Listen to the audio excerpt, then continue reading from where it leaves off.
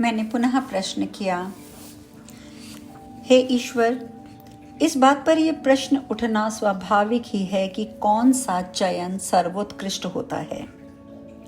ईश्वर बोले, यही वह प्रश्न है जिसके इर्द गिर्द मनुष्य के सारे धर्म दर्शन और सारे धर्म शास्त्र आदिकाल से परिक्रमा लगा रहे हैं। अगर यह प्रश्न सचमुच तुम्हारा ध्यान खींचता है तो तुम प्रबुद्ध होने के मार्ग पर चल रहे हो, क्योंकि ये सच है कि अधिकतर लोगों का ध्यान बिल्कुल ही अलग तरह के प्रश्नों पर आकृष्ट हुआ करता है। इस प्रश्न के प्रति नहीं कि सर्वोत्कृष्ट चयन क्या है, बल्कि इस तरह के प्रश्नों के प्रति कि सबसे अधिक लाभप्रद क्या है, या ये कि मैं क्या करूं कि मेरी हानि कम से कम हो। जीवन जब अधिकतम लाभ कमाने या हानि के से बचने के दृष्टिकोण से जिया जाता है, तब जीवन का सच्चा हित कहीं गुम जाता है। तब सुअवसर हाथ से निकल जाते हैं, मौके चूक जाते हैं, क्योंकि इस प्रकार से जीना तो भय में जीना होता है, और ऐसा जीवन तुम्हारे बारे में असत्य ही बोलता है। लेकिन तुम भय नहीं हो, तुम तो प्रेम हो। ऐसा प्रेम हो जिसे किसी रक्षा सुरक्षा की आवश्यकता ही नहीं है। ऐसा प्रेम जो खो ही नहीं सकता है। लेकिन अगर तुम पहले प्रश्न यानी कि इस प्रश्न का उत्तर ना कि कौन सा चयन सर्वोत्कृष्ट है, हमेशा ही दूसरे प्रश्न का उत्तर तलाशते रहोगे।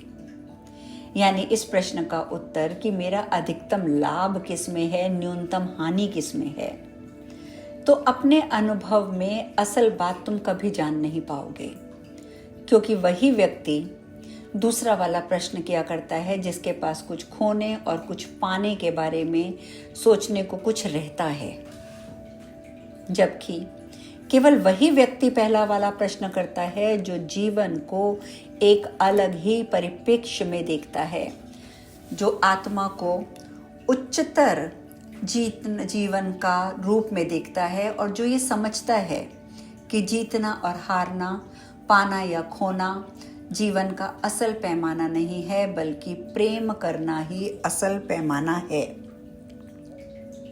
जो व्यक्ति दूसरा वाला प्रश्न पूछता है वह कहा करता है मैं देह हूं, और जो पहला वाला प्रश्न पूछता है वह कहता है मैं आत्मा हूं।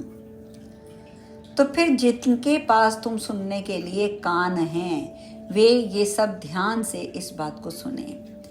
किसी भी मानवीय संबंध में संकट आ जाने पर केवल एक ही प्रश्न है जो पूछा जाना चाहिए, और वह प्रश्न है प्रेम ऐसे में क्या करता। इसके अतिरिक्त और कोई भी प्रश्न ना तो प्रासंगिक है, ना सार्थक है, और ना ही तुम्हारी आत्मा के लिए महत्वपूर्ण है।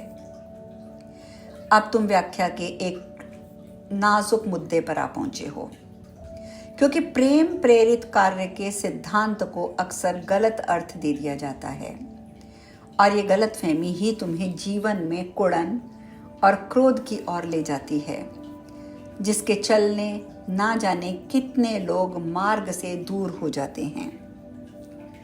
सदियों से तुम्हें यही सिखाया जाता रहा है कि प्रेम प्रेरित कार्य केवल वह कार्य है जो कुछ ऐसा होने, करने और पाने के चयन से ही स्फुटित होता है, जो कि दूसरे का परम हित करने वाला हो।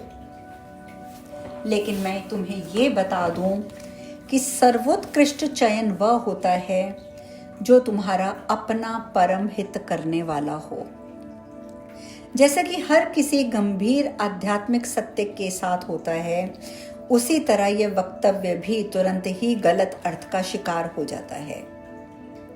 लेकिन जब कोई इस निष्कर्ष पर पहुंचता है कि उसके स्वयं के लिए इससे बड़ा हित क्या है, तो रहस्य के बादल थोड़ा छटते हैं और वह परम उत्कृष्ट चयन किया जाता है, तो रहस्य पूरी तरह तिरोहित हो जाता है, चक्र पूरा हो जाता है, और फिर जो स्वयं तुम्हारे लिए परम हित होता है वही दूसरे के लिए परम हित हो जाता है। इस बात को समझने में पूरा जीवन लग जाता है। और इसको आचरण में उतारने के लिए तो एक जीवन से भी अधिक जीवन चाहिए, क्योंकि यह सत्य एक और भी विकट सत्य की परिक्रमा कर रहा होता है, और वह ये है कि जो कुछ तुम स्वयं के लिए कर रहे हो वह तुम दूसरों के लिए भी कर रहे हो, और जो कुछ तुम दूसरों के लिए कर रहे हो स्वयं अपने लिए भी कर रहे हो। ऐसा इसलिए है क्योंकि तुम और दूसरा एक ही हैं, और ये इसलिए क्योंकि तुम्हारे सिवाय और कुछ है ही नहीं। तुम्हारी इस धरती पर जितने भी प्रबुद्ध लोग आए हैं वह सब ने यही सिखाया है। बिल्कुल बिल्कुल सच। मैं तुम्हें बता रहा हूं कि अगर तुमने मेरे इन भाइयों में से किसी एक के लिए भी कुछ किया है तो समझो जैसा वह तुमने खुद मेरे लिए किया है। फिर भी अधिकांश लोगों के लिए ये केवल एक महान किंतु गूढ़ सत्य ही रहा है, और इसलिए व्यवहारिक धरातल पर यह कम ही उतर पाया है, जबकि ये गूढ़ सत्य हमेशा ही व्यवहार की धरती पर उतरने के लिए सबसे अधिक और उपयुक्त चीज होता है। संबंधों में इस सत्य को याद रखना बहुत महत्वपूर्ण रहता है, क्योंकि इसके बिना संबंध कठिन हो जाते हैं। जब हम इस प्रज्ञा के विशुद्ध आध्यात्मिक और गूढ़ पक्ष को एक तरफ रख देते हैं और इसके व्यवहारिक आचरण वाले पक्ष की ओर वापस चलते हैं, तो ये बात निकल कर आती है कि लोग अपनी नेक नियत, सदाशयता व धार्मिकता के साथ और पुरानी मान्यताओं के अंतर्गत संबंधों में वह सब करते आए हैं जो उन्होंने दूसरों के लिए सबसे अच्छा समझा है। लेकिन दुख की बात यह है कि बहुत से मामलों में, बल्कि अधिकांश मामलों में, इस बात का लगातार केवल अनुचित लाभ ही उठाया जाता रहा है।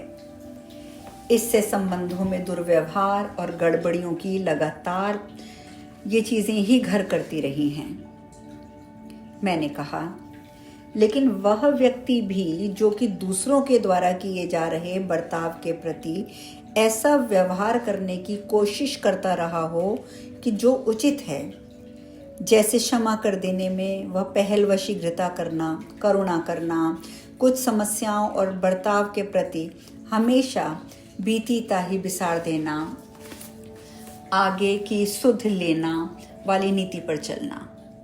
अंततः वह भी खींच उठता है, झुंझला उठता है और उसका विश्वास डिग जाता है, ईश्वर से भी डिगता है, क्योंकि एक न्याय प्रिय ईश्वर प्रेम के नाम पर लोगों से ऐसे अनंत दुख झेलने, ऐसी आनंद विहीनता सहने और ऐसे बलिदान की अपेक्षा क्यों कर रहा है? या मैं ये पूछूं कि क्यों कर सकता है? ईश्वर बोले, इसका उत्तर ये है कि ईश्वर तुमसे कोई भी अपेक्षा, कोई चाहना दरअसल करता ही नहीं है। ईश्वर तो बस इतना चाहता है कि जिनसे तुम प्रेम करते हो उनमें तुम खुद को भी शामिल कर लो। बल्कि ईश्वर तो इससे भी आगे जाते हैं। ईश्वर आगे जाकर ये सुझाते हैं, अनुशंसा करते हैं कि प्रेम करने में खुद को सर्वप्रथम स्थान पर रखो। ऐसा मैं ये जानने के बावजूद करता हूँ कि तुम में से बहुत से लोग इसे अनुचित बात कहेंगे, क्योंकि मेरा कथन कभी भी नहीं मानेंगे, और दूसरे लोग वह करेंगे जो इससे भी बदतर होगा। वे इसे मेरा कथन तो मान लेंगे, लेकिन फिर अपना स्वार्थ साधने के लिए इसका गलत अर्थ निकाल लेंगे, गलत व्याख्या करेंगे, ताकि इसको अनईश्वरीय कृत्य बता सकें।